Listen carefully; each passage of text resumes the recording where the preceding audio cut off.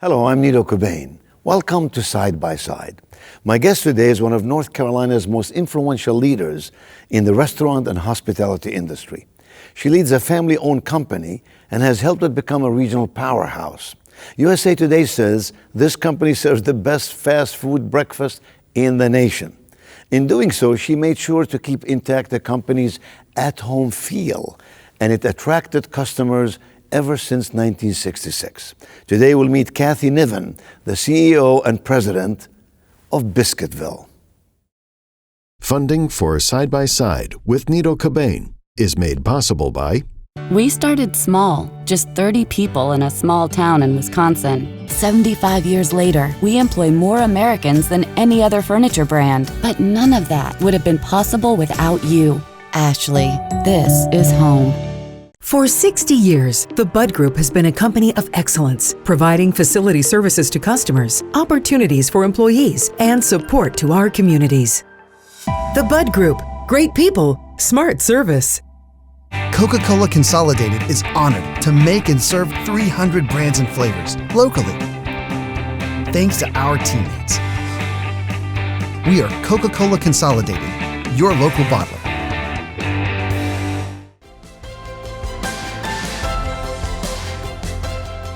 Kathie, welcome to Side by Side. I got to tell you, I often wonder what makes a Biscuitville biscuit so good. I think it's a lot of things. I think it starts with the fact that it's a family recipe. So when Maurice Jennings, our founder, started the company, it was a recipe that was personal for him, right? And then I think the other piece of being family owned is I think they feel like that biscuit and how that quality comes across to the consumer is personal for the family, and they take great pride in it. So I think that's a big piece of it. The other important ingredient is that we use the same 3 ingredients that we always have, and that's a locally owned company here in North Carolina that provides our flour, which is made out of North Carolina winter wheat. 100% Yes. comes from that company? That's right. Is that not dangerous? We have backups. We have backups. The second is we use shortening, and the third is our buttermilk that is also from this area. So the ingredients matter a lot. And then I'd say the last thing is, as most people know that have been to a Biscuitville, we make our biscuits in front of a big, basically floor-to-ceiling window so that people can watch us make it. So the integrity of how we make it is really, truly done the old-fashioned way. You're in North Carolina, South Carolina, Virginia. Why aren't you all over the country? It's a good product. I think the brand can certainly do that. That has a capacity and the appeal.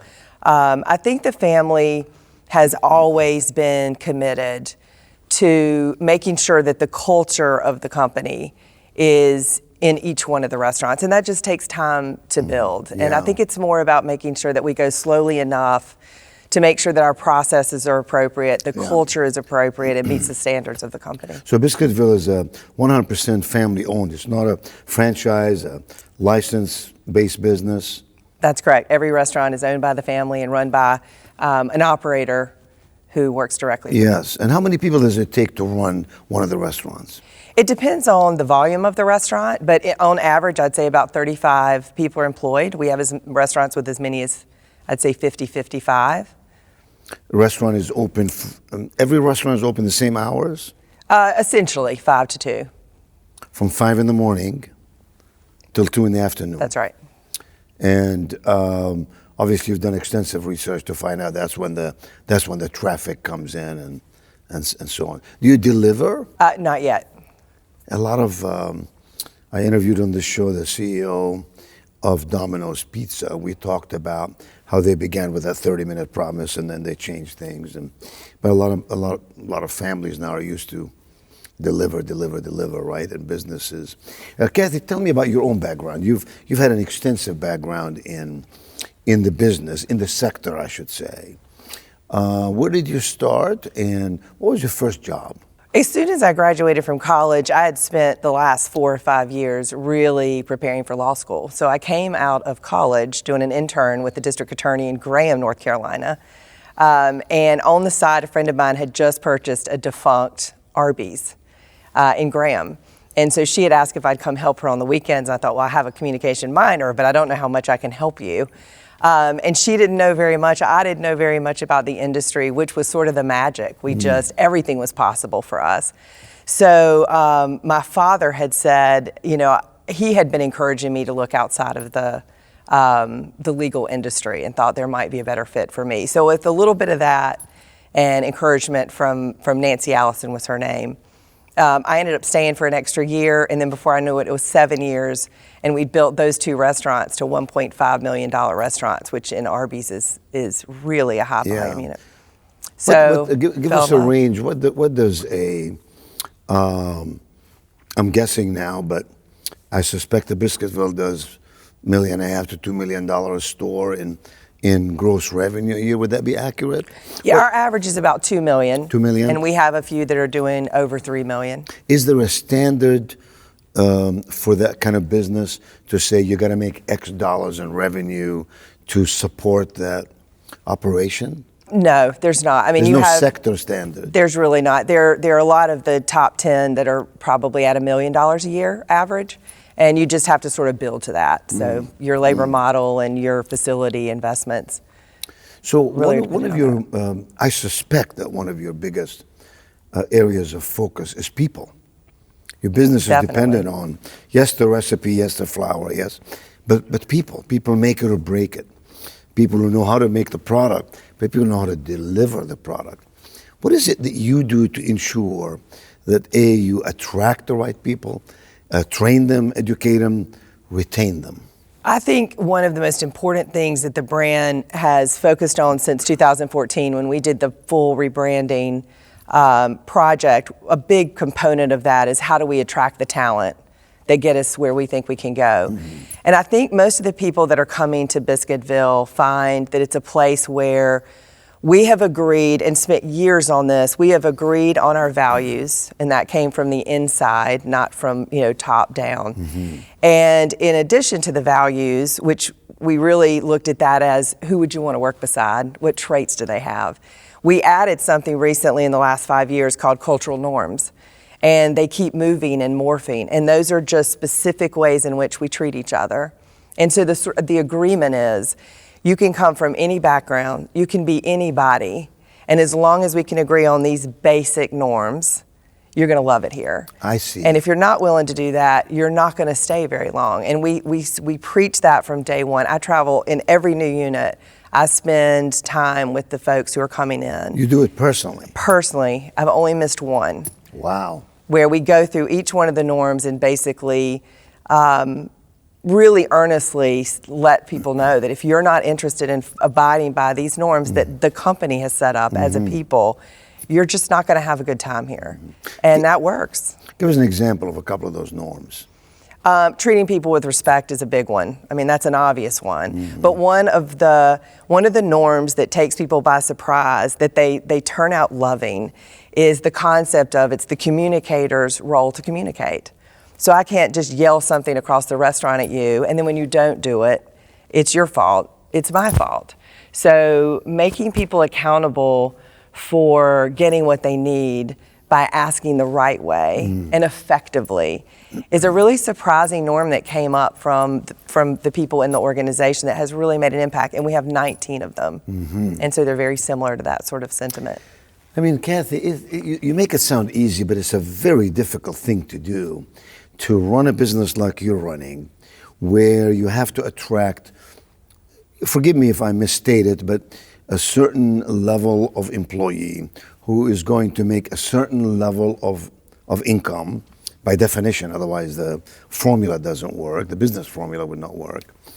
And then expect them to be magically wonderful and abide by all these cultural norms and do it with every customer every day, regardless of what's happening in the kitchen, regardless of what happened in their own life.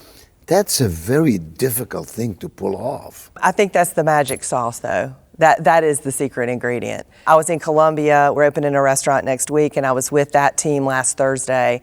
And what is amazing when you're actually with the folks who work for the company, especially your individual contributors that are, a cook or they're working the front line, is you actually have a room full of incredible talent who tend to get defined by their wages.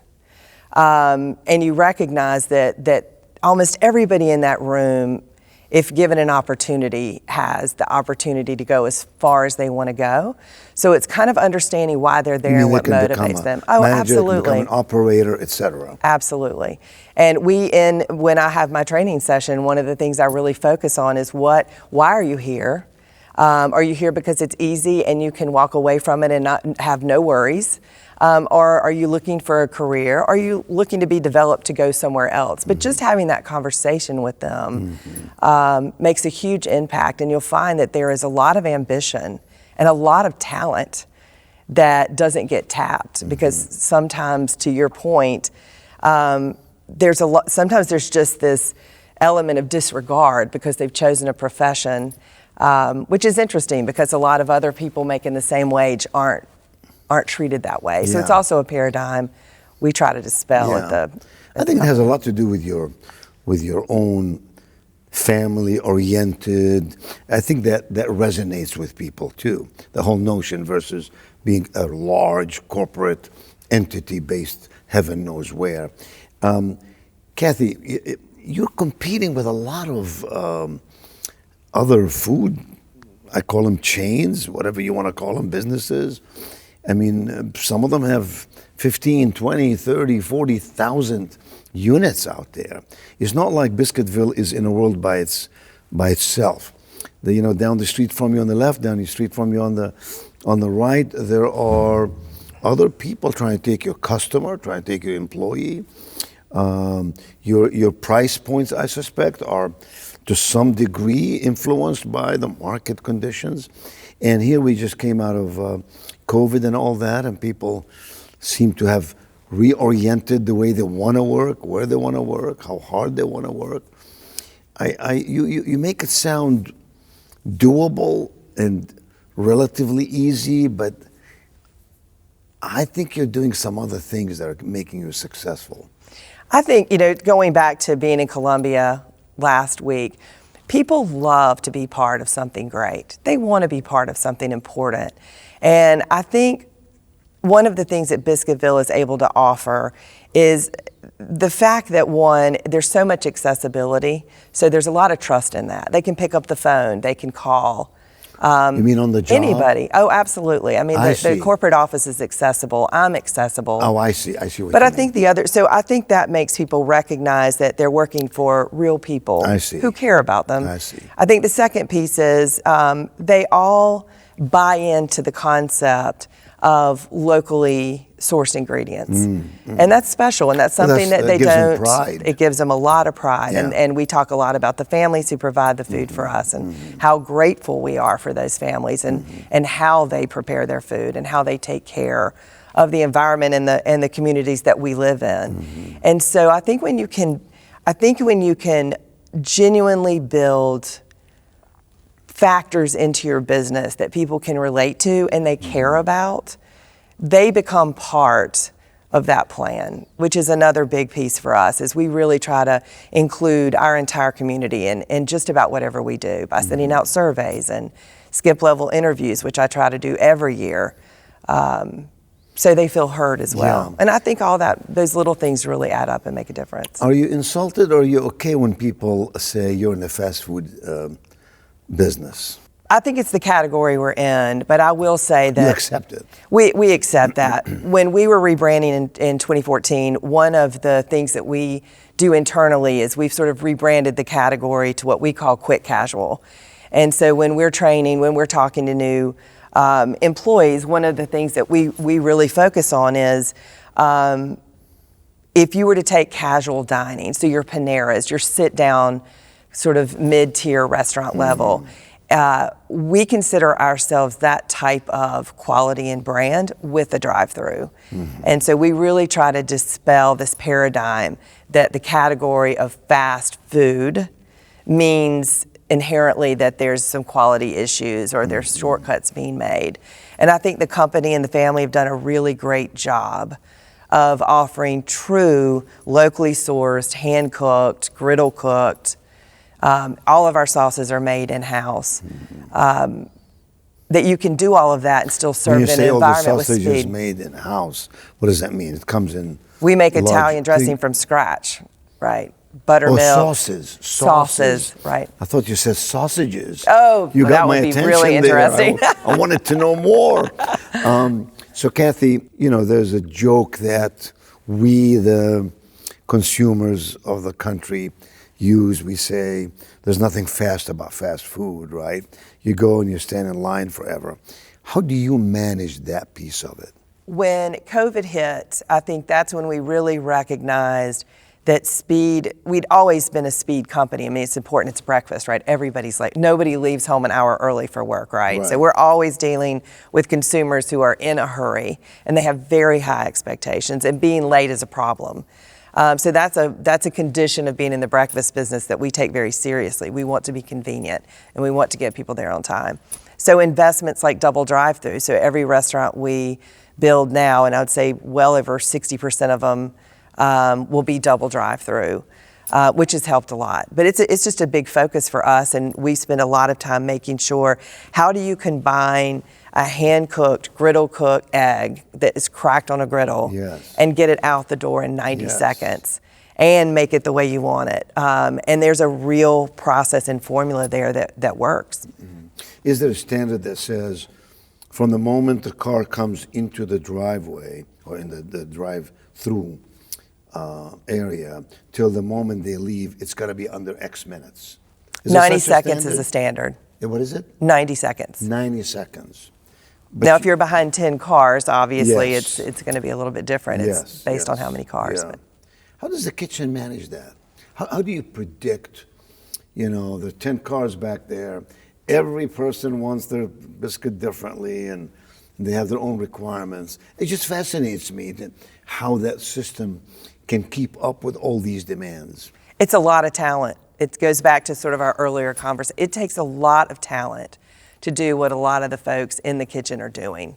And if I took people from the street and said, here, rap for an hour at Biscuitville during a $1,000 hour, it takes a lot of talent. And I'll also say that it doesn't matter how many systems or processes you have in place, those are never going to trump having a group of people who care about what's happening. So when the group cares about how fast it is, when they care about the quality, when they care about what they're doing, it trumps the process and takes process into a completely different level. And I think that's where we have a competitive advantage. Does the name Paula Marshall mean anything to you? No. She's the owner and CEO of Bama Foods in Tulsa, Oklahoma, and a good friend of mine. And I asked her a question. I want to ask you the same question. She's kind of like you. She came up. She earned the right to move up. You started with helping your friend in Arby's on a weekend, and eventually became president in 2018 of Biscuitville. 2021, you became CEO. Clearly, you're doing the right things. You're a very impressive person. You speak with clarity and persuasion. What is it about you that made you successful? I think I was a sponge, first of all. I'm a continual learner, and I look for that in the folks that run Biscuitville. We're always looking for somebody who recognizes they can keep being better at what they do in their craft. And I think the other piece is I care deeply about the products I create. So I always, and this really came from my mom and dad and just the family values of leave it better than you found it. And I think that's really ingrained and matters because people want to see that. But I think the other piece that I encourage a lot of particularly the newer, younger folks at Biscuitville is raise your hand. Don't be afraid to raise your hand. And it's okay to fail. Like, people are okay, but what we want to see is we want you to raise your hand. And I think that I prepared enough and was confident enough, and I was not afraid of failure as much as some people are. So I think I was willing to raise my hand. So what would you say our country's doing better and better in terms of more females becoming, occupying space in the executive suite, and whether it's in financials, whether it's in food. What would be your advice to young women who aspire to do well in a world that's ever-changing, global in nature, more competitive every day? What would be the 2 or 3 things you would say to them? You know, I neglected to say it earlier with my career, but having a great mentor or group of mentors and people you really aspire to emulate or be like, or I think that has just been such a fundamental part of my journey, is finding the right people. And for you, was it a female or male or both? both? It was really mixed. Yeah. It was really mixed. And I appreciate that they gave up and sacrificed time to work with me, and I try to do that and pass that along. But I'd say the first one is you really have to find people that you trust who have your best interest at heart, is a big one. And then I think the second one is you've got to also find the right fit. I see a lot of potential in people, and they're in the wrong place, working for the wrong people, and their superpowers are just not able to be to be used properly. So I think finding that right place is also really important. Passion is sort of a byproduct of being in the right place, doing the work that's important, making sure that you can create an impact. Now, you're an executive in the Tar Heel State. Your business is based in North Carolina. You buy from suppliers in North Carolina. I suspect you have more restaurants in North Carolina than in Virginia or South Carolina. When you look at the terrain in our state and you look at new businesses coming from everywhere to North Carolina, great climate, good regulation, welcoming business, all the things that make it, great place to raise a family, good life quality, all the rest. What is it that makes you proud of our North Carolina situation we're in business I'm talking about, and what is it that makes you hopeful about the future? Well, you actually pointed it out. I think one of the most important things for being successful in the state, and I think it makes the state successful, is having a pro-work, pro-business state that doesn't give unfair advantages to companies, but that supports the fact that companies employ our people. They create the revenue, that create the systems that make it so enjoyable to be in North Carolina. So I would say the biggest thing for us is when you're in a state that is pro-business and the regulations make sense, but they don't cripple small businesses. It's becoming harder and harder to be a successful small business. Yes. And I think that is the heartbeat of any really successful community. So I think that is the most important thing. As we attract more businesses to North Carolina, and as you know, there are some significant moves in economic development in North Carolina. Big companies coming to the state with employing tons of people, in some cases potentially 20, 30, 40,000 people.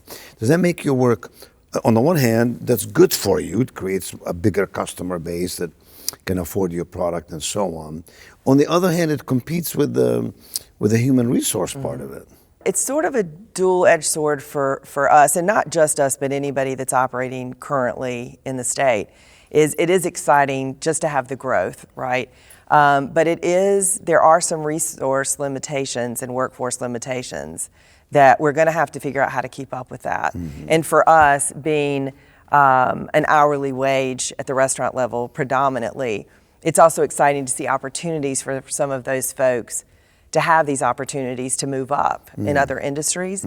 But I think staffing being what it is today, in our segment, it is going to put a strain on that. So it's just going to once again show that the folks who are treating their people right and doing the right thing are going to continue to win. Yes. So it's a great time for people who are not doing that to get their act together. To shape up. Absolutely. Competition is sometimes really positive. So what's next for Kathie Niven? I mean, and you're the CEO of the important business. Do you get your biscuits free by the way? I don't. You pay for them? I do. You pay full price? Well, we get a 10% discount. 10% discount. So you save about $22 a year. Is that what it is? That's right. Something like that. What is it that you aspire to become? You know, it's interesting because we were all sharing our goals at a retreat 2 weeks ago, and I've sort of named mine CEO 3.0, which is what is it going to taken my development, what changes do I need to make to be the leader that the company needs now, right? We've got an amazing leadership team. They could take it from here. So what value do I bring now? And I think part of that is spending more time doing what I did last week in Columbia, is really just getting out there and building that culture, but also creating opportunities for some of the folks who work for us who don't have it right now. And being in the front line and managing by walking around and being aware of your environment and the distinction that you create. Well, Kathie, you're a fascinating person. Thank you for being with me on Side by Side. I will continue to pay full price for your product. Thank you. I wouldn't want to. I wouldn't want it we'll any give you other a discount, way. by the way.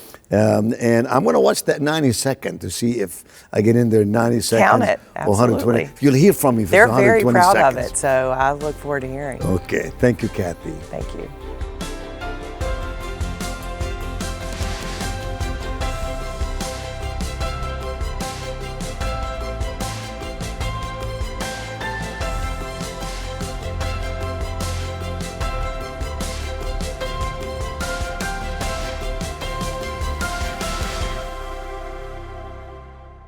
Funding for Side by Side with Nito Cobain is made possible by We started small, just 30 people in a small town in Wisconsin. 75 years later, we employ more Americans than any other furniture brand. But none of that would have been possible without you. Ashley, this is home. For 60 years, the Bud Group has been a company of excellence, providing facility services to customers, opportunities for employees, and support to our communities. The Bud Group. Great people, smart service. Coca-Cola Consolidated is honored to make and serve 300 brands and flavors locally. Thanks to our teammates. We are Coca-Cola Consolidated, your local bottler.